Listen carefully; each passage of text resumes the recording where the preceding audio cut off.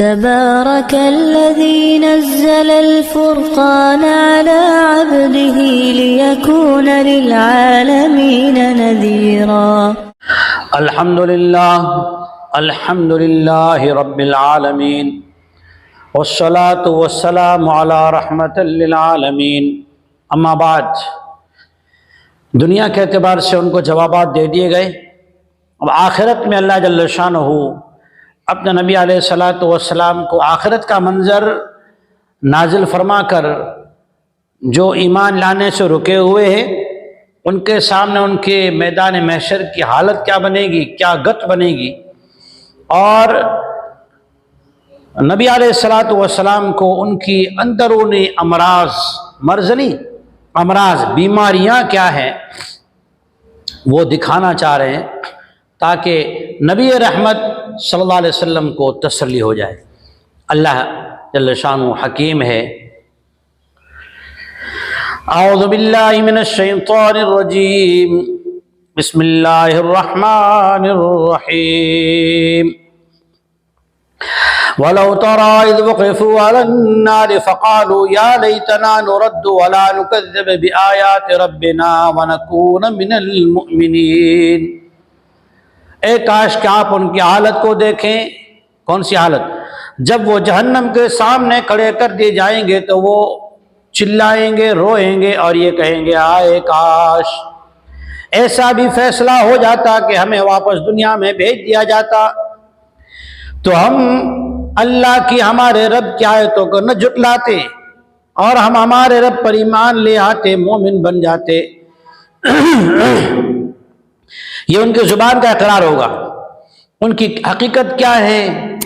وہ خالق ہے نا، پیدا اس نے کیا۔ وہ ان کی اس وقت جہنم کو دیکھ کر اگر پھر ان کو دنیا میں لوٹایا جائے تو ان کی سوچ، جو عادت ہے، وہ فارسی میں کہاوت ہے جبل گردت جبلت نہ گردت، عادت نہیں بدلتی، جس سے بری لت لگ جائے، بری عادت لگ جائے نا، وہ چھوٹتی نہیں ہے۔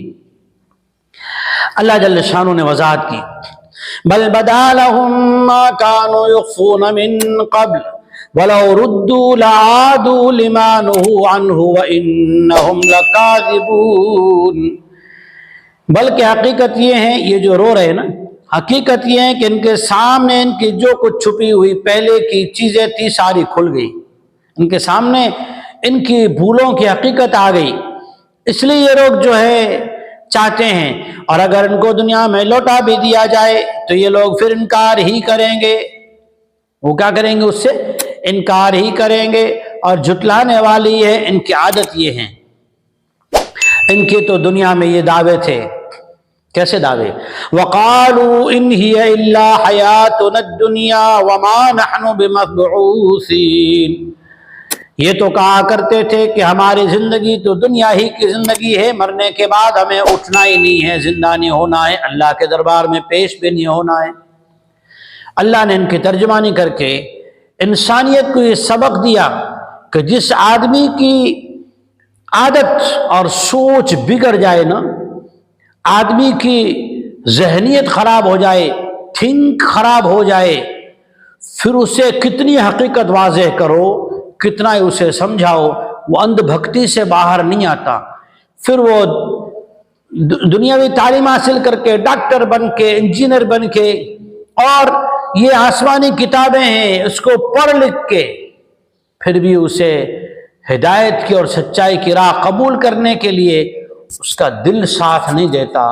کیوں؟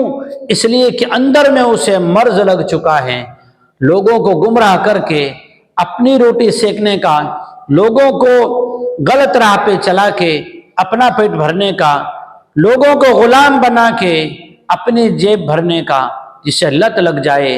اللہ فرماتے ہیں وَلَوْ رُدُّوا لَعَادُوا لِمَا نُهُوا عَنْهُ وَإِنَّهُمْ لَكَاذِبُونَ۔